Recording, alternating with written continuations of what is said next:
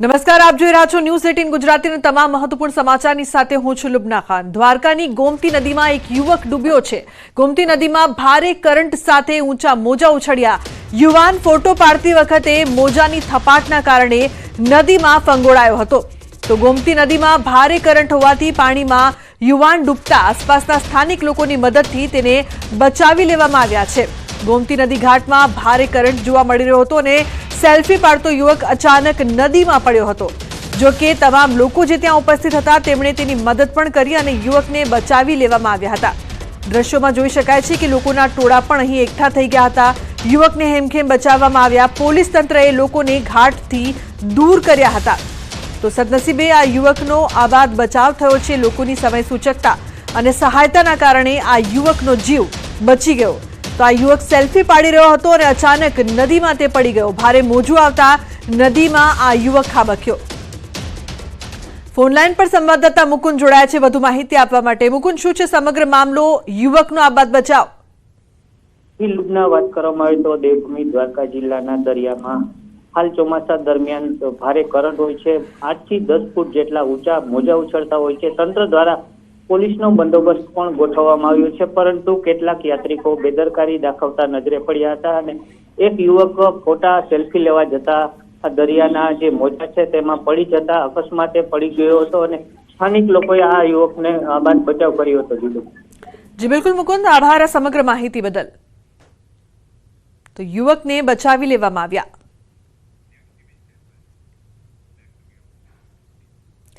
તો ખેડૂતો માટે ખૂબ મોટા આનંદના સમાચાર સામે આવી રહ્યા છે। 10 દિવસ બાદ ચોમાસાએ આળસ ખંખેરી છે। ગુજરાતમાં ચોમાસું આગળ વધવાના ઉજળા એંધાણ જોવા મળી રહ્યા છે। 10 દિવસ બાદ મહારાષ્ટ્રમાં ચોમાસું આગળ વધ્યું। ગુજરાતમાં ચોમાસું આગળ વધે એવી અનુકૂળ સ્થિતિ જોવા મળી રહી છે। હવામાન વિભાગે આગાહી કરી છે। 10 દિવસ બાદ ચોમાસાએ ગતિ પકડતા ખેડૂતો ખુશ થયા છે।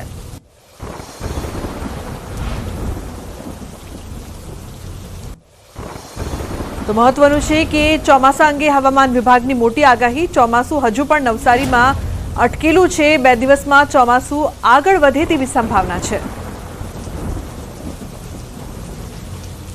મહત્વનું છે કે હવામાન વિભાગે આજે દક્ષિણ ગુજરાતમાં ભારે વરસાદની આગાહી કરી છે। આગામી 2 દિવસ માછીમારોને દરિયો ન ખેડવા સૂચના આપવામાં આવી। તો વલસાડ, દમણ અને દાદરાનગર હવેલીમાં ભારે વરસાદની આગાહી કરવામાં આવી છે। પવનની ગતિ 40 થી 45 કિલોમીટર પ્રતિ કલાકની રહેવાની શક્યતા વ્યક્ત કરવામાં આવી છે। તો સૌરાષ્ટ્ર અને ઉત્તર ગુજરાતમાં હળવાથી મધ્યમ વરસાદની આગાહી। આવતીકાલે અમદાવાદમાં મધ્યમ વરસાદની આગાહી કરવામાં આવી છે।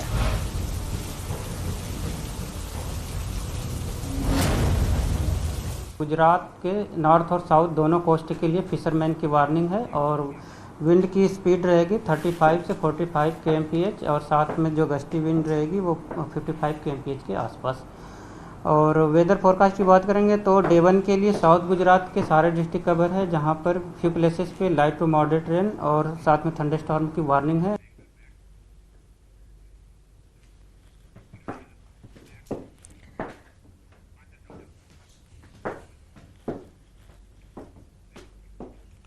તો જે પ્રકારથી વરસાદને લઈને હવામાન ખાતાની આગાહી કરવામાં આવી છે ત્યારે મેપના માધ્યમથી સમજવાનો પ્રયાસ કરીએ કે ક્યાં ક્યાં વરસાદને લઈને શું આગાહી કરવામાં આવી છે। તો આજે ક્યાં આગાહી કરવામાં આવી છે તેના પર નજર કરીએ। આજે કચ્છમાં વરસાદ પડી શકે છે, જૂનાગઢમાં વરસાદ પડી શકે છે, ગીર સોમનાથ માટે પણ આગાહી કરવામાં આવી છે, દીવમાં વરસાદ પડી શકે છે। બીજી તરફ અમરેલી, ભાવનગર, ભરૂચ, સુરત, નવસારી, વલસાડ, દમણ, દાદરાનગર હવેલી અને વડોદરામાં પણ આજે વરસાદ પડી શકે છે। સાથે પંચમહાલ, છોટાઉદેપુર, દાહોદ આ તમામ વિસ્તારો છે કે જ્યાં આજે વરસાદની આગાહી કરવામાં આવી છે। ખાસ કરીને દક્ષિણ ગુજરાતના જે વિસ્તારો છે ત્યાં પણ વરસાદ પડી શકે છે। કાલની જો વાત કરવામાં આવે, કાલે ક્યાં વરસાદ પડી શકે છે, તો કાલ માટેની આગાહી છે પોરબંદરમાં કાલે વરસાદ પડી શકે છે, જૂનાગઢ, ગીર સોમનાથ, દીવમાં પણ કાલે વરસાદ પડી શકે છે, કચ્છનો પણ સમાવેશ થાય છે, અમરેલીમાં પણ કાલે વરસાદ પડે તેવી સંભાવના છે। બીજી તરફ ભાવનગરમાં વરસાદ પડી શકે છે, અમદાવાદ, આણંદ, વડોદરા, સુરત, તાપી, નવસારી, વલસાડ, દમણ અને દાદરાનગર હવેલી આ તમામ વિસ્તારો છે કે જ્યાં કાલે વરસાદ પડી શકે છે। ગુજરાતના આ તમામ વિસ્તારોમાં આવતીકાલે વરસાદ પડવાની સંભાવના જોવામાં આવી રહી છે। તાપીના છેવાડાના નિઝર કુકરમુંડા પંથકમાં બપોરના અરસામાં વરસાદનું આગમન થયું। વાદળછાયા વાતાવરણ વચ્ચે બપોરે અચાનક વરસાદ વરસ્યો। તો વરસાદી ઝાપટાથી ઉકળાટમાં થોડી રાહત મળી છે. બપોરના સમયે 1 કલાક સુધી વરસાદ વરસતા ખેડૂતોમાં આનંદ છવાયો.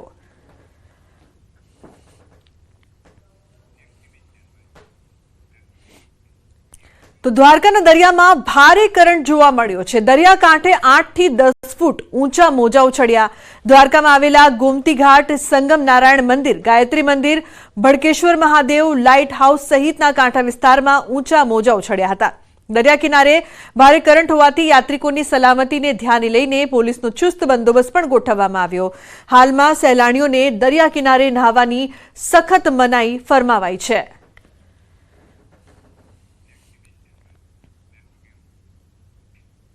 તો ચોમાસું હાલ દક્ષિણ ગુજરાતના સમુદ્ર કાંઠે સ્થિર થઈ ગયું છે. સૌરાષ્ટ્રના વિસ્તારોમાં મેઘરાજા મન મૂકીને વરસી રહ્યા છે.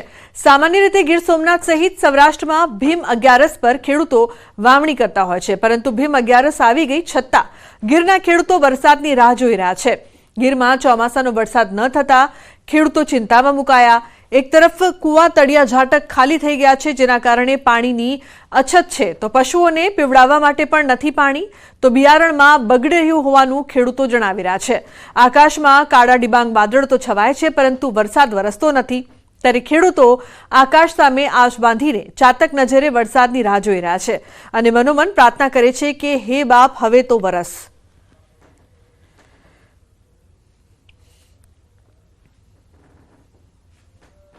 વરસાદની રાહ જોઈને જ બધા બેઠા. કેટલા જણાએ કોરડા ફાયેલા, તોય પણ પાણી વયા ગયા તો પાણીનું પૂરું થતું નથી. એટલે વરસાદને કારણે વાવણી ખાસ જરૂર છે. પોટ તો બધા વવાઈ ગયા હતા અને ઓણ બધી વરસાદને કે બેઠા છે.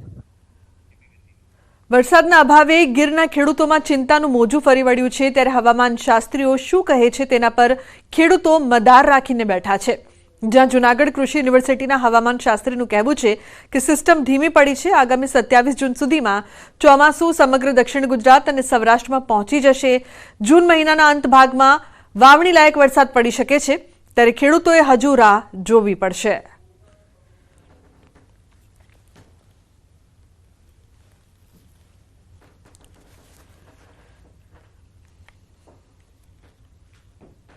વરસાદની રાહ જોઈને બેઠા છે કે વરસાદ આવે તો વાવેતર કરીએ. બીજું તો કામ કરે હું, 2-4 ઢોર હોય તો બિચારા હાંચવે અને ઢોરને પાણી પીવાની પણ મુસીબત છે. અમુક કૂવામાં તો બિલકુલ પાણી જ નથી. ચોમાસું આગળ વધશે એ 27 જૂન બાદ આગળ વધવાની શક્યતાઓ છે. એટલે 27 જૂન બાદ હળવાથી મધ્યમ વરસાદની શક્યતાઓ સૌરાષ્ટ્રના વિસ્તારોમાં જોવા મળી શકશે અને જે વરસાદ વાવણી લાયક છે એ 27 જૂન બાદ મળે એવી શક્યતાઓ રહેશે. તો ચોમાસું વહેલું બેસવાની હવામાન વિભાગની આગાહી બાદ અરવલ્લી જિલ્લામાં પ્રથમ વરસાદ વરસ્યા બાદ ખેડૂતોએ ચોમાસું વાવણી કરી છે. કેટલાક વિસ્તારોમાં ખેડૂતોએ ચોમાસું પાકમાં મગફળીનું વાવેતર પણ કરી દીધું છે, પરંતુ વાવેતર બાદ વરસાદ ખેંચાતા ખેડૂતોની ચિંતા વધી છે. સમયસર વરસાદ નહીં આવે તો બિયારણ નકામું જવાની ભીતિ ખેડૂતો સેવી રહ્યા છે. આકાશી ખેતી કરતા ખેડૂતો વાવેતર બાદ આકાશ સામે નજર માંડીને વરસાદની રાહ જોઈ રહ્યા છે.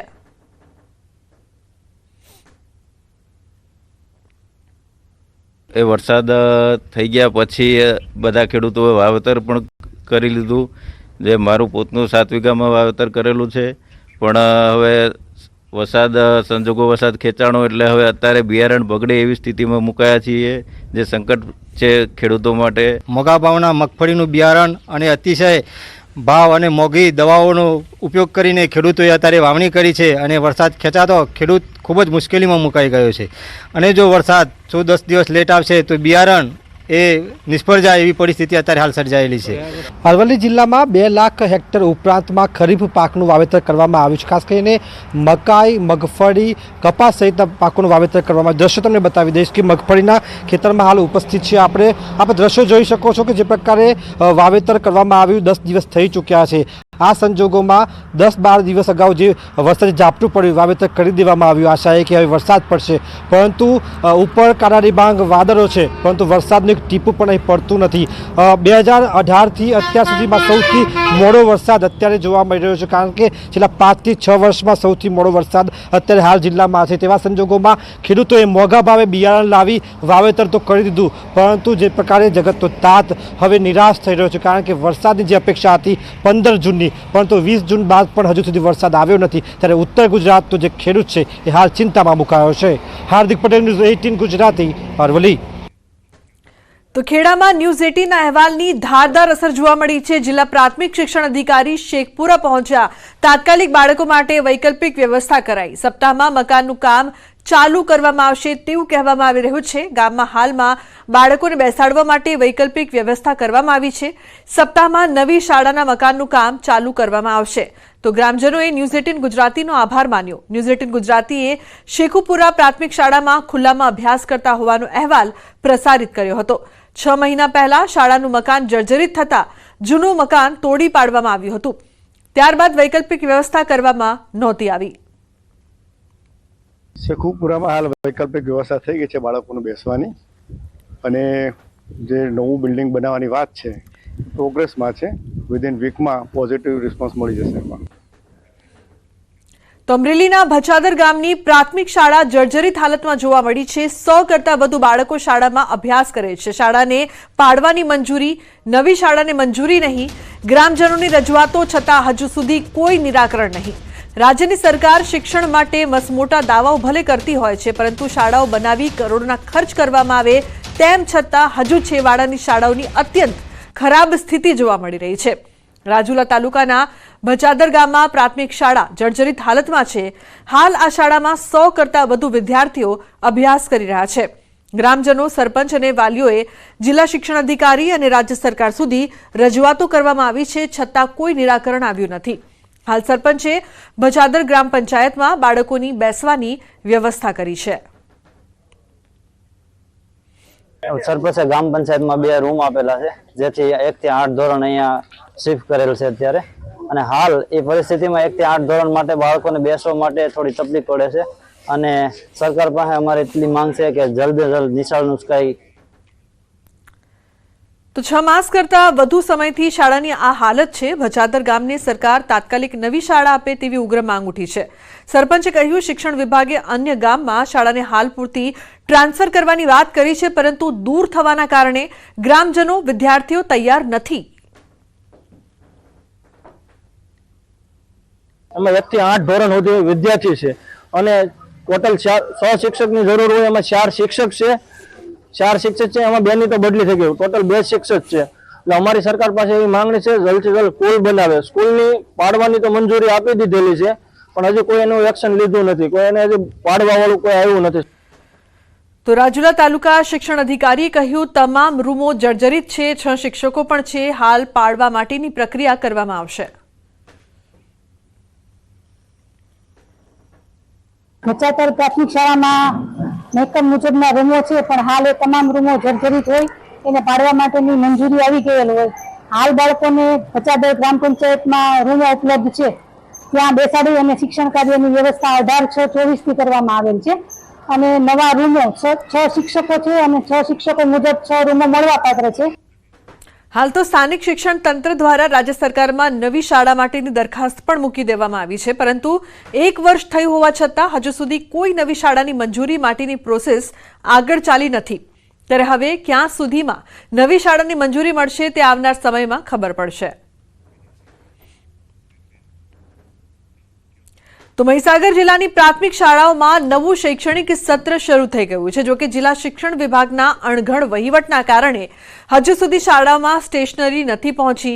જિલ્લાની 1244 શાળાઓમાં 1,18,610 બાળકો અભ્યાસ કરે છે. સરકારે શિક્ષણ વિભાગને શાળાઓની યોગ્યતા પ્રમાણે 9.48 લાખ પણ ફાળવ્યા છે. જોકે પ્રાથમિક શાળાઓમાં જરૂરી ઉંમર બુક, લિવિંગ સર્ટિફિકેટની બુક, ડેડ સ્ટોક પત્રક, હાજરી પત્રક, શાળા પ્રવેશ ફોર્મ સહિતના પત્રક અને સ્કૂલ બેગ સહિતની સ્ટેશનરીની ફાળવણી હજુ સુધી નથી થઈ. શાળા ખુલવાના 1 સપ્તાહમાં જ આ પ્રકારના પત્રકો અને સ્ટેશનરી ફાળવવામાં આવે છે. જોકે હજી સુધી આ કામગીરી પૂર્ણ નથી કરાઈ. એવામાં શાળાઓને ભારે હાલાકી થઈ રહી છે. પાડાના વાંકે પખાલીને ડામ જેવી સ્થિતિ સર્જાઈ છે. આ બાબતે શાળાના આચાર્ય જિલ્લાના શિક્ષણ વિભાગનો ઢાંક પીછોડો કરતા નજરે પડ્યા, જ્યારે શિક્ષણ અધિકારીએ મીડિયા સમક્ષ કંઈ પણ કહેવાનો ઇનકાર કરી દીધો.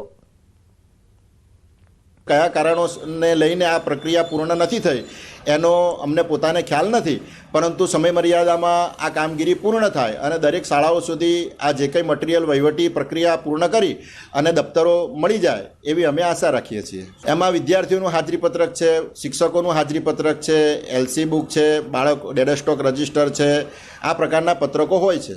મહીસાગર જિલ્લામાં શિક્ષણ સત્ર શરૂ થતાની પહેલાં જ ગ્રાન્ટ ફાળવવાની હોય છે અને તમામ જે ખરીદી છે તે કરવાની હોય છે, પરંતુ જે સત્ર છે તે શરૂ થઈ ગયું છે. હજુ સુધી જે બર્થ સર્ટિફિકેટ હોય, રજિસ્ટર હોય તેની ગ્રાન્ટ આવી નથી, રજિસ્ટરો પણ નથી આવ્યા. સત્ર શરૂ થઈ ગયું છે. ન્યૂઝ 18 ગુજરાતી પહોંચ્યું છે બ્રાન્ચ શાળા નંબર 4 કે જ્યાં મુખ્ય મથક લુણાવાડા ખાતે આવેલી છે અને લુણાવાડાની અંદર કહી શકાય કે મહીસાગર જિલ્લામાં કોઈ પણ શાળાની અંદર આ ગ્રાન્ટ પહોંચી નથી, રજિસ્ટરો પહોંચ્યા નથી. આપણી સાથે પ્રિન્સિપાલ છે, તેમની સાથે સીધી વાત કરીશું. સાહેબ, શું કહેશો? ગ્રાન્ટ હજુ સુધી ફળવાઈ નથી, રજિસ્ટરો આવ્યા નથી, બર્થ સર્ટિફિકેટના આ તે તમામ રજિસ્ટરો આવતા હોય છે પરંતુ આવ્યા નથી, કેવી અગવડ પડી રહી છે, શું કહેશો? સોરી, અત્યારે તો મારી જોડે ઉપલબ્ધ છે એટલે મારું કામ કોઈ અટક્યું નથી. મારી જોડે જે ઉપલબ્ધ સાહિત્ય હતું એનાથી મારું અત્યારનું કામ ચાલુ છે એટલે હાલમાં મને કોઈ અગવડ પડી રહી નથી. એટલે જૂની ચોપડીઓ પડી છે, તમારી જોડે રજિસ્ટરો પડ્યા છે પરંતુ નવા તો આવ્યા નથી અત્યારે. તો નવા અને જૂના રજિસ્ટરમાં કોઈ મતલબ હોતો નથી. અત્યારે આપણી જોડે રજિસ્ટર છે, દર વખતે કાંઈ એમાં અપડેટ આવતું નથી એટલે જે જૂનું છે એ જ નવા પ્રમાણે આવવાનું છે એટલે મારું કામ અત્યારે ચાલુ છે. કેવી અગવડો પડી રહી છે? આ રજિસ્ટરો ના આવે, આ સ્ટેશનરી ના ફળવાય તો કેવી અગવડો પડી રહી છે? હવે હાલમાં તો મને કોઈ અગવડ નથી એટલે હું કઈ રીતે કહી શકું. જેને અગવડ પડે એ વાત વધુ સારી રીતે જણાવી શકે તમને. ઘણી એવી સ્કૂલો છે કે રજિસ્ટરો જે ગયા વર્ષના હોય છે તે પણ નથી કામમાં આવતા, નવા સત્ર મુજબ નવા કામમાં લેવાના હોય તો તમે કઈ રીતે જૂના કામમાં લઈ શકો છો? જૂના એટલે જૂના નથી, મતલબ નવા જ છે. દર વખતે રજિસ્ટરમાં કાંઈ અપડેટ હોતું નથી એટલે આપણી જોડે જે વધેલું સાહિત્ય હોય એનો અમે ઉપયોગ કરી શકીએ છીએ. કેમ વધારે સાહિત્ય આપે છે કે એક રજિસ્ટર જ આપે છે ને? હાજરી પત્રકો હોય, બર્થ સર્ટિફિકેટ હોય તો એક જ રજિસ્ટર હોય છે તમારી જોડે? રજિસ્ટર એક જ હોય છે સરકાર, પણ એમાં પાના વધારે હોય છે તો અમે એનો ઉપયોગ કરીને બાઇન્ડિંગ કરાવી લઈએ છીએ. આ સ્કૂલ કઈ છે અને આપની પોસ્ટ શું, આપનું નામ શું? બ્રાન્ચ શાળા નંબર 4, મુખ્ય શિક્ષક જીતેન્દ્ર આર પટેલ. જી બિલકુલથી આ હતા પ્રિન્સિપાલ કે જેઓ કહી રહ્યા છે કે અહીંયા સ્કૂલની અંદર હજુ સુધી ગ્રાન્ટ આવી નથી પરંતુ જે જૂના રજિસ્ટરો અને એ બધું પડ્યું છે તે કામ ચલાવવું કરી રહ્યા છીએ પરંતુ હજુ સુધી ગ્રાન્ટ ફળવાઈ નથી. હજુ સુધી જે રજિસ્ટરો કહી શકાય, હાજરી પત્રકના રજિસ્ટરો કહી શકાય, વિદ્યાર્થીઓના રજિસ્ટરો કહી શકાય, શિક્ષકોના રજિસ્ટરો કહી શકાય, બર્થ સર્ટિફિકેટ કહી શકાય, આવી અનેક જે સ્ટેશનરી હોય છે તે હજુ સુધી આવી નથી. કહી શકાય કે ક્યાંક ને ક્યાંક તકલીફ પડી રહી છે પરંતુ શિક્ષક છે તે પોતાનો સ્વબચાવ કરી રહ્યા છે, શિક્ષણ વિભાગનો સ્વબચાવ કરી રહ્યા છે. ત્યારે કેટલાક શિક્ષકો માંગ પણ કરી રહ્યા છે કે જલ્દીથી જલ્દી સ્ટેશનરી આવે જેથી કરીને અગવડ ના પડે. મિતેશ ભાટિયા, ન્યૂઝ 18 ગુજરાતી, મહીસાગર. તો અમદાવાદ ઉદયપુર નેશનલ હાઈવે 8નું કામ હજુ પૂર્ણ થયું નથી, ત્યાં જ રોડની હાલત ખખડધજ થઈ ગઈ છે. નેશનલ હાઈવે નંબર 8નું 4 લેનમાંથી 6 લેનમાં રૂપાંતરણની કામગીરી છેલ્લા 6 વર્ષથી ચાલી રહી છે, જેમાં લગભગ મોટા ભાગનો રોડ તૈયાર થઈ ચૂક્યો છે. પરંતુ હિંમતનગર અને પ્રાંતિજ શહેર પાસેથી પસાર થતા હાઈવે પર અનેક સમસ્યાઓ વાહન ચાલકોને સતાવી રહી છે. હિંમતનગર શહેરના સહકારી જીન, મોતીપુરા અને પ્રાંતિજ શહેરો પાસે આવેલા ઓવરબ્રિજ લાંબા સમયથી અધૂરા પડ્યા છે, જેને લઈને હાલ તે અનેક સમસ્યાઓ નિર્માણ પામી છે. એટલું જ નહીં પરંતુ હાઈવે પર પણ અનેક જગ્યાઓ ઉબડ-ખાબડ રોડ તેમજ ગાબડા પડવાના કારણે વાહન ચાલકો હેરાન પરેશાન થઈ રહ્યા છે. નવા રસ્તા પર ખાડા પડવાથી અનેકવાર અકસ્માતો પણ સર્જાય હોય છે. અનેક રજૂઆતો બાદ પણ હાઈવે ઓથોરિટીનું તંત્ર આંખ આડા કાન કરી રહ્યું હોવાનો સ્થાનિકોનો આક્ષેપ છે.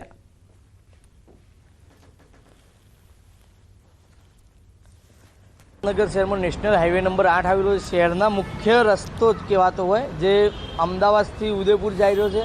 તેમાં હું લગભગ જોઉં છું કે 8 થી 9 વર્ષથી અહીંયા ઓવરબ્રિજ બનાવવામાં આવે પણ હજુ સુધી બનતા નથી એમના ઓવરબ્રિજ. એના કારણે વારંવાર અકસ્માત થતા હોય.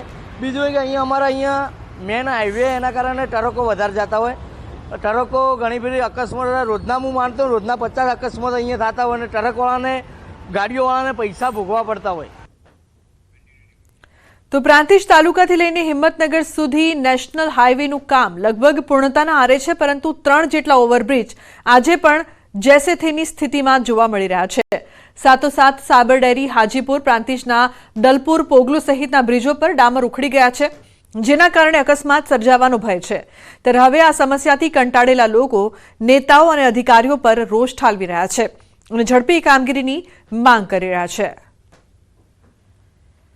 ચોમાસામાં વાત કરીએ કે નેશનલ હાઈવેથી પ્રાંતિજ ગામમાંનો જે પ્રવેશ દ્વાર છે ત્યાં એટલો બધો અત્યારે રોડ જો અત્યારે ખરાબ છે તો ચોમાસામાં શું સ્થિતિ થાય એ કલ્પના કરવી મુશ્કેલ છે. વાહન ચાલકો તો નહીં પણ રાહદારીઓ અને સ્થાનિક રહીશો તો એટલા બધા તોબા પોકારી ગયા છે.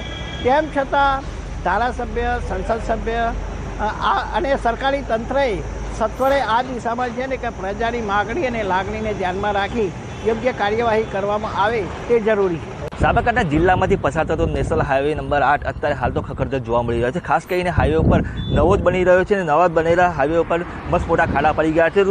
ખાડા પડવાને લઈને જે રોડ ઉપરનો જે ડોમર છે ડાંબર પણ ઉખડી ગયો છે, જેના કારણે અનેકવાર અકસ્માતો પણ સર્જાતા હોય છે અને વારંવાર અકસ્માતો સર્જાવાના કારણે કેટલાક લોકો મોતને પણ ભેટતા હોય છે.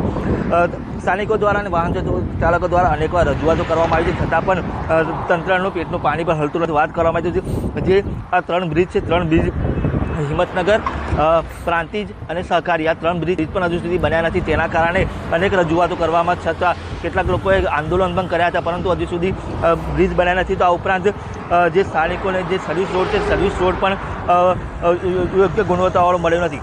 તેના કારણે પણ લોકોમાં રોજ જોવા મળે છે. ખાસ કરીને લોકોને એક જ માંગ છે કે જલ્દીમાં જલ્દી નેશનલ હાઈવેનું કામ પૂર્ણ કરવામાં આવે અને લોકોને સારો રોડ મળે તેવી તો લોકો અત્યારે હાલ તો માંગ કરી રહ્યા છે.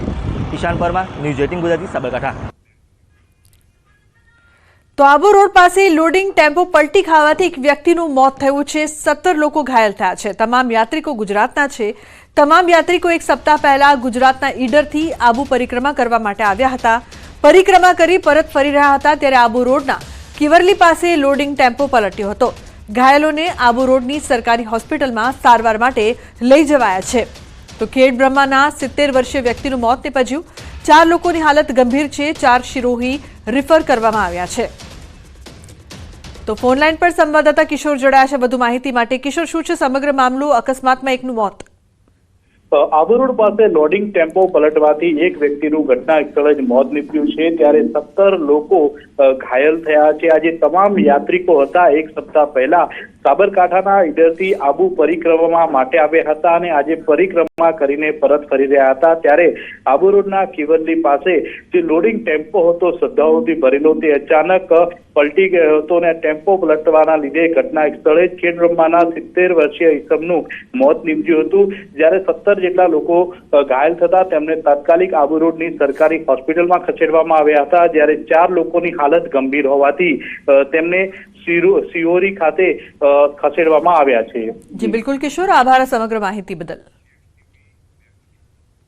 મહેમદાબાદના વરસોલા ગામમાં એક જ કોમના લોકો વચ્ચે થયો છે પથ્થરમારો. ગામમાં 2 કોમના લોકો વચ્ચે કોઈ કારણોસર પથ્થરમારાની ઘટના બની હતી. પથ્થરમારાના વિડીયો સોશિયલ મીડિયામાં વાયરલ થયા છે. ગામમાં રાત્રે વાસણો મૂકવા જતા હતા તે સમયે મારામારી થઈ. પથ્થરમારા વચ્ચે હથિયારો અને લાકડીઓ પણ નીકળી.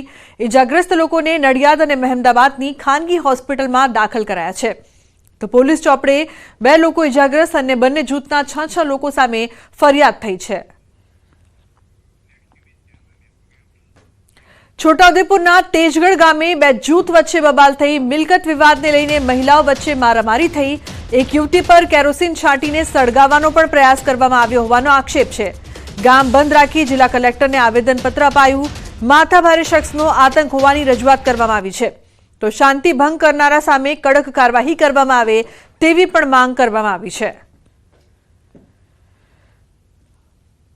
માલ ઢોર સાથે મેં જમીન વેચાણ લીધેલ હોય અને વેચાણ લીધેલ આ લોકોએ મારા સામેવાળા જેમણે રેલી કાઢીને આપ્યા છે આ લોકો પાસે એમના કોઈ ઓરિજિનલ ડોક્યુમેન્ટ નથી. ડુપ્લિકેટ ડોક્યુમેન્ટ લઈને અમારા આજ 10 વર્ષથી આ લોકો હેરાન કરે છે. અને આ માણસે જમીન લીધા પછી આ લોકોને એવી હેરાનગતિ કરી છે અને આખા ગામમાં એવું વાતાવરણ ઊભું કર્યું છે અને દરેક ઓફિસમાં અરજી કરવાની. પંચાયતમાં માહિતી હેઠળ 25 અરજીઓ બની પડી અને દરરોજ તલાટી જોડે જવાનું, કારકુન જોડે જવાનું, જિલ્લામાં આવવાનું, કોઈ બી ઓફિસમાં જાય અને મારી જમીન છે દરેક જગ્યાએ. આજે તલાવની પાસે તેજગઢમાં એ મારી જમીન છે. પંચાયતની જમીન આજે 100 ફૂટે 250 પાડી છે. ગામમાં બધા પૂનમભાઈ તરીકે જોડકે છે એ એમને છે ને અમારી દુકાનમાં ચાલુ દુકાનમાં મને ધાક ધમકી આપીને એવું કીધું કે ઘાસચારો નાખી ગયા છે. એ જે ઘાસચારો અમે હટાવવા જઈ રહ્યા છે તો અમારી ઉપર એ જોર જુલમ કરી, મારામારી કરી, કેરોસીન છાંટીને, ઘાસ પર કેરોસીન છાંટી, મારી પર કેરોસીન છાંટીને એ અમને સળગાવવાનો પ્રયત્ન કરી રહ્યા છે કે અમે સળગાવીને તમને મારી નાખી.